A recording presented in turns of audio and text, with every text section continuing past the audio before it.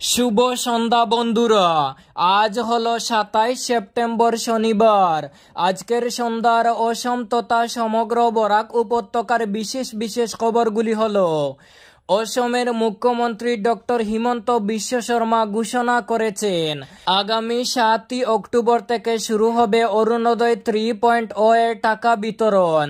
এই প্রকল্পের মাধ্যমে ভাগ্য খুলতে চলেছে প্রায় 30 লক্ষ মহিলার।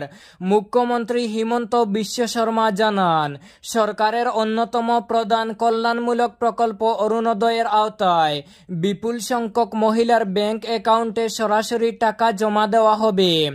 এই প্রকল্পের মূল উদ্দেশ্য হলো নারীদের আর্থিক সুরক্ষা নিশ্চিত করা, পরিবারকে সহায়তা প্রদান এবং সামগ্রিকভাবে সমাজকে আরো স্বাবলম্বী করে তোলা।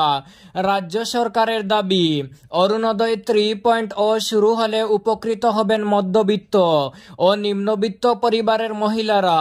ফলে তারা সংসার চালানো থেকে শুরু করে সন্তানদের শিক্ষার খরচ পর্যন্ত অনেকটা স্বস্তি পাবেন। প্রকল্পটির আওতায় যেসব মহিলা ইতিমধ্যেই অরুণোদয় 3.0 প্রকল্পে যুক্ত আছেন তারা আগের মতোই টাকা পাবেন। নতুনভাবে অনেক মহিলা যুক্ত হয়েছেন, তারাও এই সুবিধার বুক করবেন।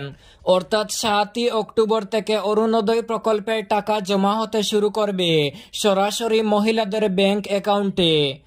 পরবর্তী খবরে যাওয়ার আগে অবশ্যই ভিডিওতে একটি লাইক করুন এবং চ্যানেলটি সাবস্ক্রাইব করে পাশের বেল আইকনটি বাজিয়ে রাখবেন। আর ফেসবুক পেজটি ফলো করে ভিডিওটি অবশ্যই শেয়ার করুন যাতে সঠিক তথ্যগুলো সবার কাছে পৌঁছাতে পারে। আধার কার্ড আপডেটের খরচ বাড়ালো কেন্দ্র। 1 অক্টোবর থেকে কার্যকর নতুন নিয়ম। উৎসবের মরশুমে আধার আপডেটের খরচ বাড়িয়ে দিল মোদি সরকার। ঠিকানা বা ফোন নম্বর বদলের মতো তথ্য আপডেটের ক্ষেত্রে এক ধাক্কায় খরচ বাড়িয়ে দেওয়া হয়েছে 25 থেকে 50%। আগামী 1 অক্টোবর থেকে তা কার্যকর হবে। প্রসঙ্গত, যে পরিষেবাগুলিতে বর্তমানে 100 টাকা করে নেওয়া হয় তার খরচ 125 টাকা করে নেওয়া হবে। অর্থাৎ বর্তমানে আধার আপডেট করাতে 250 টাকা লাগে, 1 অক্টোবর থেকে 275 টাকা লাগবে। যে আপডেটেশনের খরচ বর্তমানে 50 টাকা সেগুলি বাড়িয়ে 75 টাকা করা হচ্ছে। অক্টোবর থেকে আধার কার্ড আপডেটের খরচ বাড়ল। দেশ জুড়ে বিএসএনএল 4G পরিষেবার সূচনা প্রধানমন্ত্রীর। অনেক সস্তায় পরিষেবা পাবেন গ্রাহকরা। কচ্ছপের গতি পেরিয়ে অবশেষে আধুনিকীকরণ। দেশ জুড়ে 4G পরিষেবা শুরু করল ভারত সঞ্চার নিগম লিমিটেড। শনিবার উড়িষ্যা থেকে ওই পরিষেবার সূচনা করলেন খুদ প্রধানমন্ত্রী নরেন্দ্র মোদী। পুরোদমে এই পরিষেবা চালু হলে আমূল বদলে যেতে পারে ভারতের টেলিকম শিল্পের গতি প্রকৃতি। 4G প্রযুক্তি চেয়ে বেশ কিছুদিন ধরেই কেন্দ্রের কাছে দরবার করছিল রাষ্ট্রস্বায়ত্ত সংস্থা বিএসএনএল-এর কর্মী সংগঠনগুলি। অবশেষে সেই অনুরোধে মন গলেছে কেন্দ্রের। গত কয়েক বছরে দেশ জুড়ে প্রায় 98,000 4G টাওয়ার বসানো হয়েছে। সবটাই হয়েছে দেশি প্রযুক্তিতে।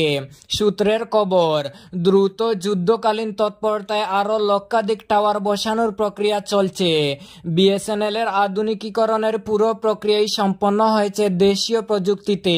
সুইডেন, ডেনমার্ক, চীন, দক্ষিণ কোরিয়ার পর ভারতেই একমাত্র দেশ যারা সম্পূর্ণ দেশীয় প্রযুক্তিতে 4G পরিষেবা শুরু করলো।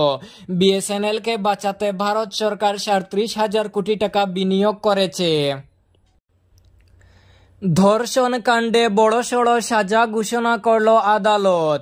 25 বছরের সাজা যুবকের। বছর হওয়ার আগেই ধর্ষণ কাণ্ডের সাজা শোনালো আদালত। গত বছর দুর্গাপূজার মহানবমীতে উদারবন থানা এলাকার নগরবাগানের বছর 16 ওই নাবালিকা বাড়ি থেকে প্রাতঃভ্রমণে বেরিয়ে এক নরপশুর পাশবিক বাসনার শিকার হয়। 1 বছর পর আদালত এবার পুজোর মরশুমেই শুক্রবার ওই নরপশুকে শুনিয়েছে কারাবাসের সাজা। সাজাপ্রাপ্ত যুবক রাজদীপ দাস উর্ফে জয়দীপ, বয়স 31 বছর, উদারবন থানা এলাকার মধুরা মধুপুর দ্বিতীয় খণ্ডের বাসিন্দা।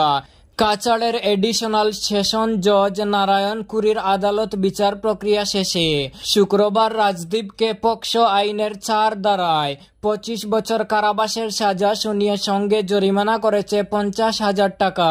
জরিমানা অনাদায়ে তাকে ভোগ করতে হবে আরও 1 বছরের কারাদণ্ড।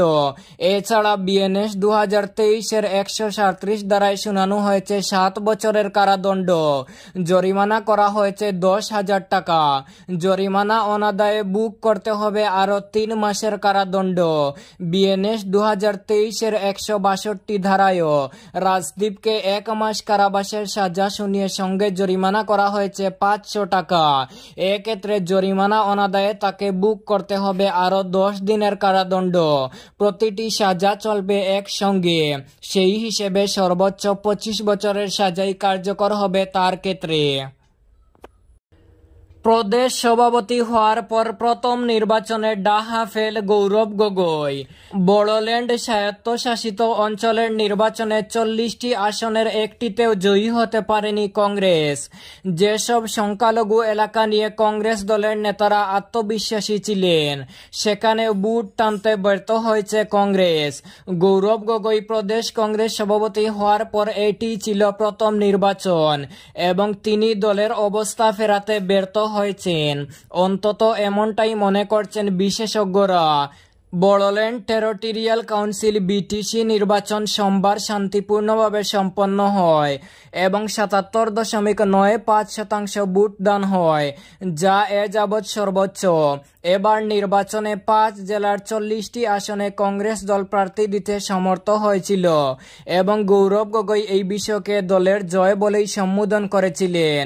নির্বাচনের প্রচারে গিয়ে তিনি বলেছিলেন, অতীতে আমরা সব কটি আসনে প্রার্থী দেওয়ার মতো অবস্থায় ছিলাম না, এবার অন্তত আমরা প্রতিটি আসনে প্রতিদ্বন্দ্বিতা করছি। এটাই অনেক বড় পরিবর্তন। যদিও বিষয়টিকে হাস্যকর বলেছিলেন মুখ্যমন্ত্রী হিমন্ত বিশ্ব শর্মা। গৌরবের কথার সূত্র ধরে মুখ্যমন্ত্রী বলেছিলেন, প্রদেশ কংগ্রেস সভাপতি দলের জয় নিয়ে ভাবছেন না, প্রার্থী দিয়েই সন্তুষ্ট। কিন্তু 40 আসনে প্রার্থী দিয়েও নির্বাচনে ডাহা ফেল গৌরব গগৈ তথা কংগ্রেস।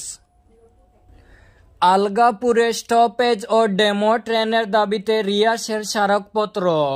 আলগাপুর স্টেশনে রাজধানী এক্সপ্রেস ছাড়া দূরপাল্লার সব ট্রেনের স্টপেজ, কাটাকাল জংশনে ইঞ্জিন ঘুরানোর ঝুঁকি ও সময় থেকে ত্রাণ পেতে ডেমো ট্রেন চালু সহ কিছু দাবি রেলকর্তার কাছে তুলে ধরেছে হাইলাকান্দি রেল যাত্রী অধিকার সুরক্ষা সমিতি। বৃহস্পতিবার সমিতির সভাপতি শামসুল হক বড়বুইয়া লালায় রেলের কর্মকর্তাকে পেয়ে তার হাতে এসব দাবি সহ পুরনো একাধিক দাবি সংবলিত একটি স্মারকপত্র তুলে দেন। এগুলোর মধ্যে রয়েছে ভৈরবী শিলচর রুটে যাত্রীবাহী ট্রেনের কাটাকাল জংশনে প্রত্যেক দিন ইঞ্জিন ঘুরাতে আধা ঘন্টারও বেশি সময় ব্যয় হয়, তাই ডেমো ইঞ্জিন দিয়ে প্যাসেঞ্জার ট্রেনগুলো চালানো, শিলচর ভৈরবী রুটে 1 জোড়া যাত্রীবাহী ট্রেন অবিলম্বে চালু ছাড়াও ভৈরবী শিলচর রুটে বন্ধ থাকা আমালা এবং শ্রীকোনা স্টেশন দুটি ফের খুলে দিয়ে যাত্রীদের জন্য টিকিট বিক্রি এবং ট্রেনে উঠানামার ব্যবস্থা করা। তাছাড়া বিপর্যস্ত যোগাযোগ ব্যবস্থার শিকার শ্যামপুর এবং বকরিহাওর এলাকায় আরও 2টি নতুন হল্ট স্টেশন খোলা।